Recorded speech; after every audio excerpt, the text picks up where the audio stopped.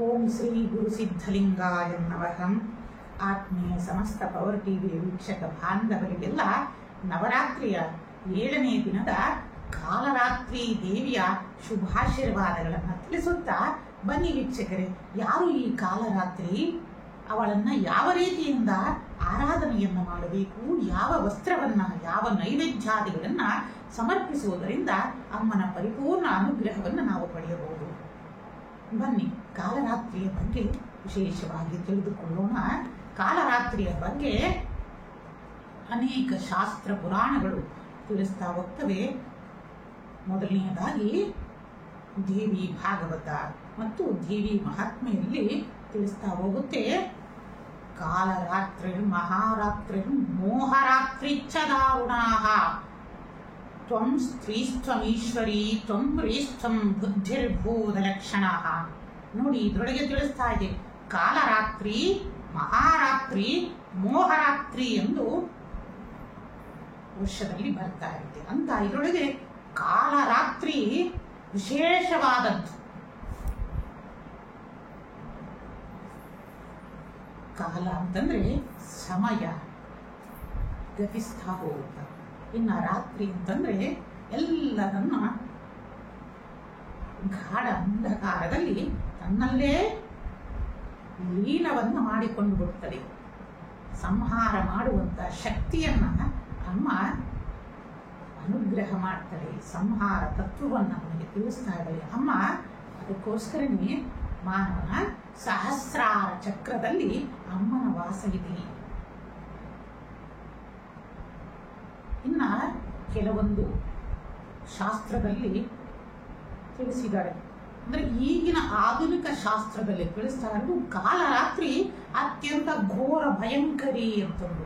ಆದ್ರೆ ನಮ್ಮ ಪೂರ್ವಜರ ಎಲ್ಲ ತಾಳೆ ಪತ್ರದಲ್ಲಿ ಅಮ್ಮನನ್ನ ಎಷ್ಟು ಆರಾಧನೆಯನ್ನ ಮಾಡಿದ್ದಾರೆ ಅಂತಂದ್ರೆ, ಅವಳಂತ ಸೌಮ್ಯ ರೂಪಿ ಮತ್ತೆ ಇನ್ನೊಬ್ರು ಯಾರೂ ಇಲ್ಲ.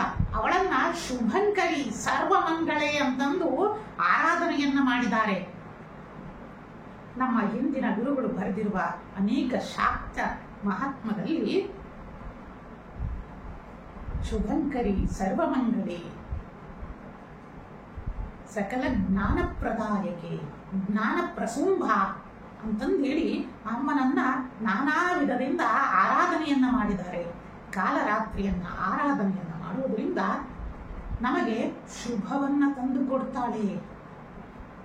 ನಮ್ಮಲ್ಲಿ ಎಂತಹ ನೆಗೆಟಿವಿಟಿ ಶಕ್ತಿ ಇದ್ರೂ ಸಹಿತನೂ ಅದನ್ನೆಲ್ಲದನ್ನು ಸಹ ಪರಿಹಾರವನ್ನ ಮಾಡುವಂತ ಶಕ್ತಿ ಈ ಕಾಲರಾತ್ರಿಗಿದೆ. ಆ ಕಾಲರಾತ್ರಿಯಿಂದ ಅಮ್ಮ ಅನೇಕ ಅಸುರರನ್ನ, ದೈತ್ಯರನ್ನ, ರಾಕ್ಷಸರನ್ನ ಸಂಹಾರ ಮಾಡಿದ ಮಹಾರಾತ್ರಿಯೇ ಈ ಕಾಲರಾತ್ರಿ. ಕಾಲರಾತ್ರಿ ಅತ್ಯಂತ ಕೋಮಲವಾಗಿರ್ತಾಳೆ. ಆ ರೂಪವೇ ಅತ್ಯಂತ ಶುಭಕರವಾದ ಮಹಾಲಕ್ಷ್ಮಿಯ ರೂಪವಾಗಿದೆ. ನಮ್ಮ ಹಿಂದಿನ ಗುರುಗಳು ಬರೆದಿರುವ ಶಾಕ್ತ ಪ್ರಮೋದ ತಂತ್ರದಲ್ಲಿ ಇದನ್ನ ಅದರ ಪ್ರಕಾರವೇ ನಿಮಗೆ ತಿಳಿಸ್ತಾ ಇದ್ದೀನಿ. ಅತ್ಯಂತ ಸುಂದರ ರೂಪದಲ್ಲಿ ಅಮ್ಮ 7ನೇ ದಿನದಲ್ಲಿ ಪೂಜೆಯನ್ನ ಗೊಳ್ತಾಳೆ. ಆದ್ದರಿಂದ ಅವಳು ಸಕಲ ಜ್ಞಾನಪ್ರದಾಯಕಿ. ಎಂತಹ ನಮ್ಮ ಪ್ರಾರಬ್ಧ ಕರ್ಮಾದಿಗಳು, ಮತ್ತೆ ಎಂತಹ ಶನಿದೋಷಾದಿಗಳು ಮತ್ತು ಎಂಥದೇ ಪ್ರಾರಬ್ಧದಿಂದ ಬಂದಿರುವ ಎಲ್ಲ ದೋಷಾದಿಗಳನ್ನ ಮತ್ತು ಕೆಟ್ಟ ಈ ದುಷ್ಟ ಅಭಿಚಾರ ಕೃತ್ರಿಮ ಪ್ರಯೋಗಾದಿಗಳನ್ನು ಸಹ ಸಂಹಾರ ಮಾಡುವಂತ ಶಕ್ತಿ ಈ ಕಾಲರಾತ್ರಿಗಿದೆ. ಆದ್ದರಿಂದ ಇಂತಹ ಕಾಲರಾತ್ರಿಯನ್ನ ಅಮ್ಮ ಚತುರ್ಭುಜದಲ್ಲಿ ಅಭಯವನ್ನ, ಕಮಂಡಲಗಳನ್ನ, ಅಭಯ ಮುದ್ರೆಯನ್ನ ಹಿಡಿದು ನಮಗೆ ಅನುಗ್ರಹವನ್ನ ಮಾಡ್ತಾ ಇದ್ದಾಳೆ.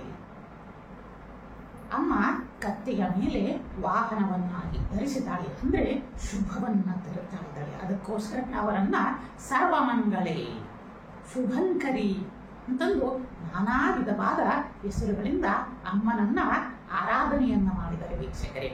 ಆದಷ್ಟು ಸಹ ತಾವುಗಳು ಅಂತಹ ಕಾಲರಾತ್ರಿಯನ್ನ ನಾವುಗಳು ಆರಾಧನೆಯನ್ನ ಮಾಡಬೇಕು. ಏಕಂತಂದ್ರೆ ಇಂದಿನ ದಿನ ಕಾತ್ಯಾಯಿನಿ. ಈ ದಿನ ಕಾಲರಾತ್ರಿ ಅಂದ್ರೆ ನಮ್ಮ ಎಲ್ಲ ಶತ್ರುಗಳನ್ನ ಸಂಹಾರ ಮಾಡುವಂತಹ ಈ ಮಹಾರಾತ್ರಿಯೇ ಕಾಲರಾತ್ರಿ. ಆ ಕಾಲದಲ್ಲಿ ನಮ್ಮ ಎಲ್ಲ ಶತ್ರುಗಳನ್ನ ಸಂಹಾರ ಮಾಡಿ, ಅಂದ್ರೆ ನಮ್ಮಲ್ಲಿರುವ ಎಲ್ಲ ದುರ್ಗುಣಗಳ ಸಂಹಾರವೇ ಈ ಕಾಲರಾತ್ರಿ.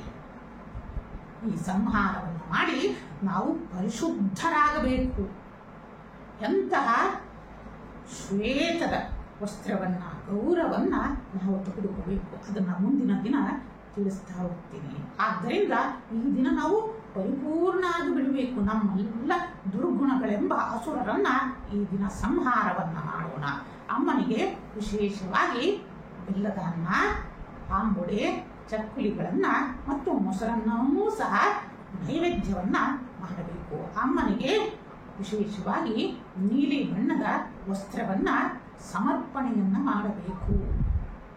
ನಂತರ ನೀಲಿ ಬಣ್ಣದ ವಸ್ತ್ರವನ್ನು ಸಹ ಸಾಧಕ ಸಾಧಕಿಯರು ಧರಿಸುವುದರಿಂದ ವಿಶೇಷವಾದ ಪರಮಾದ್ಭುತವಾದ ಜ್ಞಾನವನ್ನ ಮತ್ತು ಆಧ್ಯಾತ್ಮಿಕತೆಯಲ್ಲಿ ಸಾಧನೆಯನ್ನ ಮಾಡಬೇಕು ಎನ್ನುವ ಹಂಬಲಿಸುವವರು ಸಹ ಈ ಕಾಲರಾತ್ರಿಯನ್ನ ಆರಾಧನೆಯನ್ನ ಮಾಡುವುದರಿಂದ ವಿಶೇಷವಾದ ಜ್ಞಾನ ಪ್ರಾಪ್ತಿಯನ್ನು ಸಹ ನೀಡ್ತಾ ಬರುತ್ತದೆ. ಆದ್ದರಿಂದ ಮಾನವನಲ್ಲಿರುವ ಎಲ್ಲ ದುರ್ಗುಣಗಳನ್ನ ಸಂಹಾರವನ್ನು ಮಾಡುವಂತ ಇಂತಹ ಶಕ್ತಿಯನ್ನ ಅಮ್ಮ ಅನುಗ್ರಹವನ್ನ ಮಾಡಲಿ. ನಂತರ ಆ ದಿನ ರಾತ್ರಿ 27 ತುಪ್ಪದ ದೀಪದ ಬತ್ತಿಯನ್ನ ಇಟ್ಟು ಆರಾಧನೆಯನ್ನ ಮಾಡಬೇಕು. ಈ ದಿನ ಅಮ್ಮನಿಗೆ ಆರತಿಯನ್ನ ಮಾಡಿ ಮತ್ತು ಕೆಂಪು ರಂಗವಲ್ಲಿಯಿಂದ ತ್ರಿಕೋಣದಲ್ಲಿ ರಂಗವಲ್ಲಿಯನ್ನು ಬರೆದು ಅದರೊಳಗೆ ಒಂದು ನಿಂಬೆಹಣ್ಣಿನ ದೀಪವನ್ನ ಹಚ್ಚುವುದರಿಂದ ಕಾಲರಾತ್ರಿಯ ಸಂಪೂರ್ಣ ಅನುಗ್ರಹ ನಿಮಗೆ ಉಂಟಾಗ್ತಾ ಹೋಗುತ್ತೆ. ಮನೆಯ ಮೇಲಿನ ಯಾವುದೇ ಕೆಟ್ಟ ದೃಷ್ಟಿಗಳು, ನೆಗೆಟಿವಿಟಿ, ಅಭಿಚಾರ, ಕೃತ್ರಿಮ ಪ್ರಯೋಗಾದಿಗಳು ಸಹ ಎಲ್ಲವೂ ನಾಶವನ್ನ ಮಾಡ್ತವೆ ಮತ್ತು ಆ ಮನೆಯಲ್ಲಿ ಮಹಾಲಕ್ಷ್ಮಿಯ ಅನುಗ್ರಹವನ್ನ ಈ ಕಾಲರಾತ್ರಿ ನೀಡ್ತಾ ಹೋಗ್ತವೆ. ನಂತರ ಯಾರಿಗೆ ಉದ್ಯೋಗದ ಮತ್ತು ಹೆಚ್ಚಿನ ಉದ್ಯೋಗದಲ್ಲಿ ಪ್ರಮೋಷನ್ ಬೇಕು ಇಂಥವರು ಸಹ ಈ ಕಾಲರಾತ್ರಿಯ ಆರಾಧನೆಯನ್ನು ಮಾಡುವುದರಿಂದ ಉದ್ಯೋಗದಲ್ಲಿರುವ ಕಿರಿಕಿರಿಗಳು ಎಲ್ಲ ನಿವಾರಣೆಯಾಗಿ ಉತ್ತಮವಾದ ಪ್ರಮೋಷನ್ ಭಾಗ್ಯಗಳು ಸಹ ದೊರೀತಾ ಹೋಗ್ತವೆ ವೀಕ್ಷಕರೇ. ನಂತರ ಓಂ ಹ್ರೀಂ ಕಾಳರಾತ್ರಿ ಶುಭಂಕರಿಯೇ ನಮಃ. ಓಂ ಹ್ರೀಂ ಕಾಳರಾತ್ರಿ ಶುಭಂಕರಿಯೇ ನಮಃ. ಈ ಮಹಾಮಂತ್ರವನ್ನ ಶ್ರದ್ಧಾ ಭಕ್ತಿಯಿಂದ ಧ್ಯಾನವನ್ನು ಮಾಡಿ ಆ ದಿನ ಪರಿಪೂರ್ಣವಾಗಿ ಅಮ್ಮನ ದರ್ಶನ ನಿಮ್ಮೆಲ್ಲರಿಗೂ ಪ್ರಾಪ್ತಿಯಾಗಲಿ, ಅವಳ ಅನುಗ್ರಹ ನಿಮ್ಮೆಲ್ಲರಿಗೂ ದೊರೆಯಲಿ ಅಂತಂದೇಳಿ ಶುಭಾಶೀರ್ವಾದವನ್ನು ನೀಡುತ್ತಾ ಪರಮದಯಾಳು ಸಿದ್ಧಲಿಂಗೇಶ್ವರು ಇಷ್ಟಕಾಮೀಶ್ವರಿಯು ನಿಮ್ಮೆಲ್ಲರಿಗೂ ಸರ್ವಮಂಗಳವನ್ನ ನೀಡಲಿ ಅಂತಂದು ಶುಭಾಶೀರ್ವಾದವನ್ನು ನೀಡ್ತಾ ಇದ್ದೀನಿ. ಓಂ ನಮಃ ಶಿವಾಯ.